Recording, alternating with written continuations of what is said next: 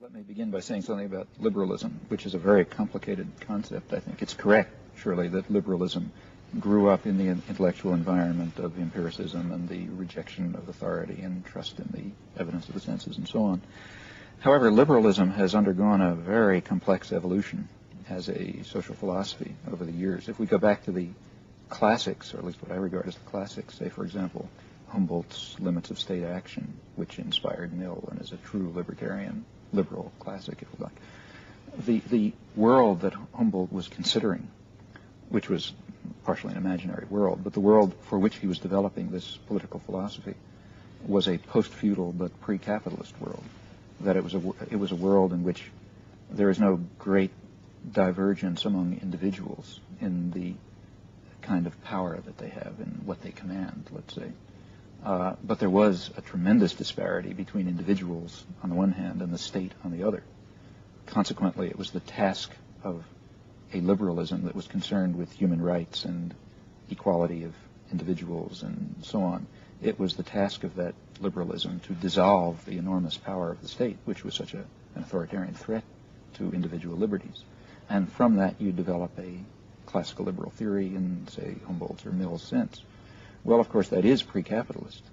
He couldn't conceive of an era in which a corporation would be regarded as an individual, let's say, or in which enormous disparities in control over resources and production would distinguish between individuals in a massive fashion. Now, in that kind of a society, to take the Humboldtian view is a very superficial liberalism, because while opposition to state power in an era of such divergence conforms to Humboldt's conclusions, it doesn't do so for his reasons. That is, his reasons lead to very different conclusions in that case. Namely, I think his reasons lead to the conclusion that we must dissolve the authoritarian control over production and resources, which leads to such divergences among individuals. In fact, I think one might draw a direct line between classical liberalism and a kind of libertarian socialism, which I think can be regarded as a kind of an adapting of the basic reasoning of classical liberalism to a very different social era. Now, if we come to the modern period, here liberalism has taken on a very strange sense if you think of its history. Now liberalism is essentially the theory of state capitalism, of state intervention in a capitalist economy. Well, that has very little relation to classical liberalism. In fact, classical liberalism is what's now called conservatism, I suppose. But this new view, I think, really is, in my view at least, a highly authoritarian position. That is, it's one which accepts a number of centers of authority and control, the state on the one hand,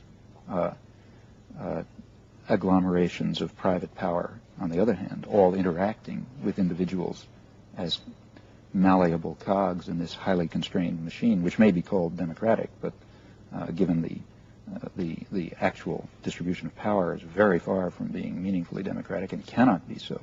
So my own feeling has always been that to achieve the classical liberal ideals for the reasons that led to them being put forth in a society so different, we must be led in a very different direction. It's superficial and erroneous to accept the conclusions which were reached for a different society and not to consider the reasoning that led to those conclusions. The reasoning, I think, is very substantial. I'm a classical liberal in this sense, but I think it leads me to be a kind of an anarchist, an anarchist socialist.